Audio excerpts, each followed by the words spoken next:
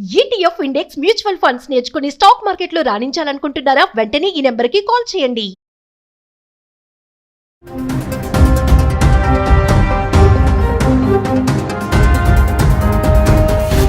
నమస్తే, welcome back to Suman TV. Present మనతో పాటు ఉన్నారు మేనేజ్మెంట్ కన్సల్టెంట్ సంపత్ సముద్రాల గారు.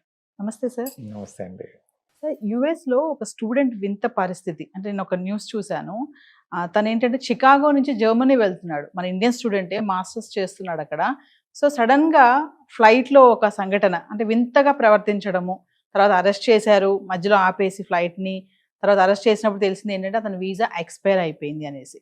ఒక్కసారి మరి డీటెయిల్ గా వెళ్తే అతనికి మతిస్థిమితం ఉంది అని కూడా చెప్తున్నారు. మరి మతిస్థిమితం అనుకోవాలా, మరి దీన్ని ఏమనుకోవాలి అసలు? ఇప్పుడు ఈ పరిస్థితులు ఒక్క యుఎస్ లోనే కాదు, ప్రపంచం అంతాను, భారతదేశంలో కూడాను, మన వీధుల్లో కూడాను జరిగే పరిస్థితే. ముఖ్యంగా మనం పిల్లల్ని ఎప్పుడైతే బయట పంపిస్తున్నామో, స్టేట్స్ అంటున్నామో, యూరోపియన్ కంట్రీస్ అంటున్నామో, మీరు ఇప్పుడు జర్మనీ అంటున్నారు. కొన్ని లాంగ్వేజ్ తెలిసిన కంట్రీలు, లాంగ్వేజ్ తెలియని కంట్రీలు, కల్చర్ తెలిసిన కంట్రీలు, కల్చర్ తెలియని కంట్రీల్లోకి వెళుతున్నారు. వెళ్ళినప్పుడు ఒక్క నాలెడ్జ్ పరంగానే కాదు, వాళ్ళకి ఫైనాన్షియల్ స్టెబిలిటీ కూడా ఉండాలి. ఫైనాన్షియల్ స్టెబిలిటీ ఉన్నప్పుడు ఇలాంటి ఆలోచనలు రావు. ఫైనాన్షియల్ స్టెబిలిటీ లేకపోవడానికి కారణం ఏమిటి అని అంటే, మీకు ఇంతకుముందు ఓసారి మాట్లాడినప్పుడు కూడా చెప్పాను నేను, పేరెంట్స్ ఇక్కడి నుంచి అక్కడికి ఎందుకు పంపిస్తున్నారు? To make money. అక్కడ ఏమవుతున్నాయి, స్టూడెంట్గా వెళ్తున్నారు, ఉద్యోగాలు దొరకట్లేదు. ఉద్యోగాలు దొరకపోయేసరికి they are not able to make money. అందుకని ఏం చేస్తున్నారు, చిన్న చితక ఉద్యోగాల్లో ఏదో డబ్బులు సంపాదిస్తే అవి వాళ్ళకి తినడానికే సరిపోవట్లేదు.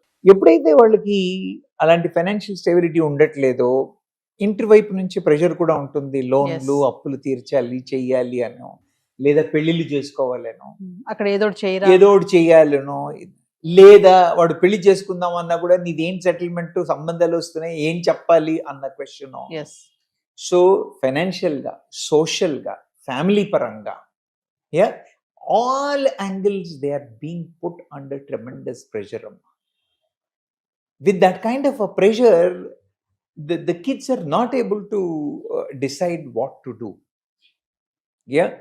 కొంచెం ధైర్యం ఉన్నవాడు, కొంచెం తెలివి ఉన్నవాడు, కొంచెం మొండి ఉన్నవాడు, తెలివి ఉన్నా చదువు లేకపోయినా కొంచెం గుండె ధైర్యం ఉండి మొండి ఉన్నవాళ్ళు ఏదో చేసుకుని సాగదీస్తారేమో. కానీ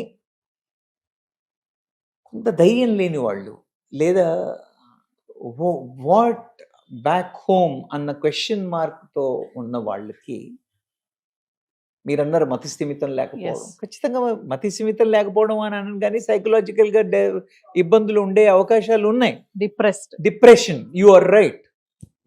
ఈ డిప్రెషన్ లోకి వెళ్ళడం, డిప్రెషన్ లో వెళ్ళినప్పుడు ఇలాంటి చేయకూడని పనులన్నీ చేయడం, అవునా? So this is one way. సరే, వాడు చదువుకున్నాడు, వాడు ఫ్లైట్ ఎక్కాడు, అవునా, అందుకే అంటున్నాను నేను, మతి స్థిమితం లేదు అని అంటే ఒప్పుకోను నేను. Could be a depression, it could be frustration. You understand my point? మీరేమన్నారు, చదువుకున్న కుర్రాడు, మాస్టర్స్ చేస్తున్నవాడు, ఫ్లైట్ లో యంగ్ ఫెలో ప్యాసింజర్స్ ని వాళ్ళు సరదాగా ఉండడం చూస్తుంటాడు.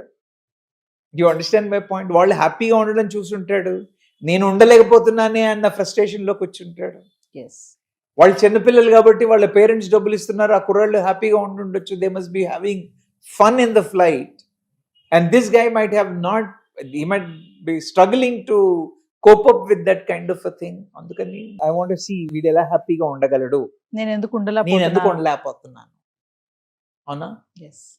కాబట్టి పీపుల్ షుడ్ అండర్స్టాండ్ దట్. మళ్ళీ చెప్తున్నాను నేను, ఎక్కడే, భారతదేశంలో ఉన్నారా, బయట ఉన్నారా, యుఎస్లో ఉన్నారా, ఢిల్లీలో ఉన్నారా అనేది సమస్య కాదు. వాట్ ఈస్ దేర్ కండిషన్, వాళ్ళ అవసరాలు ఏంటి, వాళ్ళ కేపబిలిటీ ఏంటి, వాళ్ళకున్న అవకాశాలు ఏంటి, వీటి మీద సరి అయిన అవగాహన.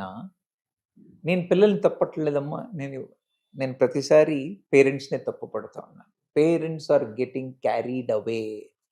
సంఘం కోసం, సమాజం కోసం, బంధువుల కోసం అని ఏదైతే చేస్తున్నారో వాటితో వాళ్ళ పిల్లలకి నెగిటివ్గా తయారవుతున్నారు. పిల్లలు ఏమైపోతున్నారు అని అంటే పేరెంట్స్కి చెప్పలేక, అవకాశాలు బయట లేక, అవకాశాలు బయట లేక. మీకు ఒక సింపుల్ ఎగ్జాంపుల్ చెప్తాను నేను. మన యంగ్స్టర్స్ ఫ్రమ్ విలేజెస్ అందరూ నక్సలిజం వైపు, రాడికల్స్ వైపు, ఇటువైపు ఇంతకు ముందు అట్రాక్ట్ అయ్యేవాళ్ళు. ఎందుకని అయ్యేవాళ్ళు అని అంటే, ఇంట్లో వాళ్ళు ఉన్న పొలం అమ్మో, వస్తువులమ్మో వాళ్ళని నువ్వు హైదరాబాద్కి వెళ్ళు, చదువుకో, నువ్వు ఉద్యోగం తెచ్చుకో అంట. మావాడు వెళ్తాడు, ఉద్యోగం సంపాదిస్తాడు, డబ్బులు తెస్తాడు అనుకుని వాళ్ళని పంపిస్తారు. వాళ్ళకి ఇక్కడికి వచ్చిన తర్వాత రియాలిటీ తెలుస్తుంది, ఉద్యోగాలు రావు. అవునా? ఇంటికి డబ్బులు పంపించలేడు, ఉద్యోగాలు పొందలేడు, సంఘాన్ని మార్చలేడు. ఈ ఫ్రస్ట్రేషన్ రాడికల్స్గా మారడానికి మిగతా విషయాలు, అవునా కాదా? సేమ్ థింగ్ అక్కడ విలేజెస్ నుంచి ఇక్కడికి వచ్చారు, ఇప్పుడు ఇక్కడి నుంచి బయట దేశాలకు వెళ్తున్నారు. ఇందులో విచిత్రం ఏమీ లేదమ్మా. అంటే ఇక్కడ చూడండి సార్, ఇతనికి వీసా కూడా ఎక్స్పైర్ అయిపోయిందంట. మాస్టర్స్ చేస్తున్నాడు, వీసా ఎక్స్పైర్ అయిపోయింది. అంటే ఎక్స్పైర్ అయిపోయింది అని తెలిసి కూడా ఉన్నాడు అంటే జాబ్ దొరకకే అనుకోవాలి కదా మనం. అలా కాదమ్మా, అంటే ఇప్పుడు ఎక్స్పైర్ అయిపోయిన తర్వాత మరి how is he on the other flight? ఏం బేసిస్ మీద, ఏం డాక్యుమెంట్స్ మీద ఆ ఫ్లైట్ మీద ఉన్నాడో మనకి డీటెయిల్స్ సరిగా తెలియదు కాబట్టి మనం కమెంట్ చేయడానికి లేదు. కానీ మీరు చెప్పినట్టుగా వీసా అయిపోయింది, ఇంటికి వెళ్ళడానికి లేదు, ఇంటికి వెళ్ళడానికి లేదు, మళ్ళీ ఇక్కడ చేసుకోవడానికి లేదు. ఇప్పుడు చెప్పండి, నేను ఫ్రస్ట్రేషన్ అని అన్నదానికి దీనికి సంబంధం ఉందా లేదా? చాలా ఉంది. Absolutely. So they are under tremendous pressure, they are not able to take. అందుకనే సైకలాజికల్ కౌన్సిలింగ్ అనేది చాలా ఇంపార్టెంట్. అక్కడ ఎవరు ఇవ్వాలి వాళ్ళకి? యూనివర్సిటీస్లో ఉంటాయి. అక్కడ వాడు యూనివర్సిటీలో ఉన్నప్పుడైతే యూనివర్సిటీలో they may get the student counselors who may help them. But already education complete చేసి బయటకు వచ్చాడు అనుకోండి, వాడు తినడానికే డబ్బులు లేవు, కౌన్సిలింగ్కి ఏం డబ్బులు పెడతాడు? అవునా కదా? వాడికి ఉండడానికి హాస్టల్కి, తినడానికి తిండికే డబ్బులు లేవు. అలాంటప్పుడు వాడు ఏం కౌన్సిలింగ్ డబ్బులు పెడతాడు? కాబట్టి is he going to have mental issues? Yes, he will have depression. First he will have frustration that leads to depression. And then we don't know, it may become to a serious complex mental issues also. కనీసం ఇలాంటివి చూసైనా, నేను మీకు last time చెప్పాను, బయట దేశాలకు వెళ్ళమాకండి, parents బయట దేశాలకి పంపించకండి అని నేను ఏదైతే చెప్పానో, ఇలాంటి వీడియోలు చూపించైనా మనం we need to educate them. ఇలాంటి సబ్జెక్ట్స్ డిస్కషన్స్ చూపించైనా we need to tell them. Because తెలియకే పేరెంట్స్ కూడా ఇన్నోసెన్స్ అనే అనాలి. They are also not exposed and that's how they have a challenge అని అనుకుంటారు. ఒక విషయం చెప్పండి సార్, అంటే పేరెంట్స్ కూడా ఇప్పుడు అబ్రాడ్ పంపిస్తున్నారు, అక్కడ అయిపోయింది అంటే మాస్టర్స్ అయిపోయాక తిరిగి మాస్టర్ చేశాక వచ్చేయమ్మా అని అనటం లేదంటారా? అక్కడే ఉండి నువ్వు ఏదో ఒక జాబ్ చేసుకోవాలి. అలా కాదు, ఏ పేరెంట్ కూడా నువ్వు వెళ్ళి చదువుకుని వచ్చి, ఇప్పుడు ఇంత మన దగ్గర FRCS చేసిన డాక్టర్స్ ఎంతమంది లేరు? అవునా? ఎంతమంది డాక్టర్లు బయట దేశాల్లోకి వెళ్ళి హైయర్ క్వాలిఫికేషన్ చేసుకొచ్చి మళ్ళీ ఇండియాలో ప్రాక్టీస్ చేస్తున్న వాళ్ళు లేరు? ఉన్నారు కదా.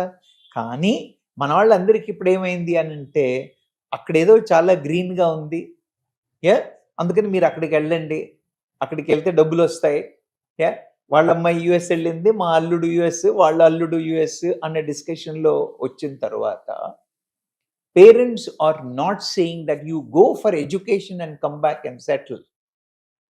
You understand my point? Education కి అయితే బయటకి ఎందుకు వెళ్ళడం, ఇక్కడ లేదా అంటున్నారు వాళ్ళే. So the parents very clearly they are sending them not for education, they are planning to send them only for immigration and settlement, which is not fair, which is causing these kind of issues. So parents should be very, very careful and cautious when they are dreaming for the life abroad. Middle class వాళ్ళే ఇలా ఆలోచిస్తారంటారా? అక్కడికి వెళ్ళి settle అయిపోవాలి అని. ఇదంతా middle class లో ఉంది అమ్మా. ఎందుకంటే the lower class can't dream of it. What ఈ ఎడ్యుకేషన్, రెండు డబ్బులు they can't afford. High class they don't worry about it, they can just go throw money, have a holiday, come back and kind of a thing because they are affluent. Middle class కే ఈ ఆలోచన. ఎందుకంటే we want to go to the next level and they think that they can go to the next level only by going abroad? Yes.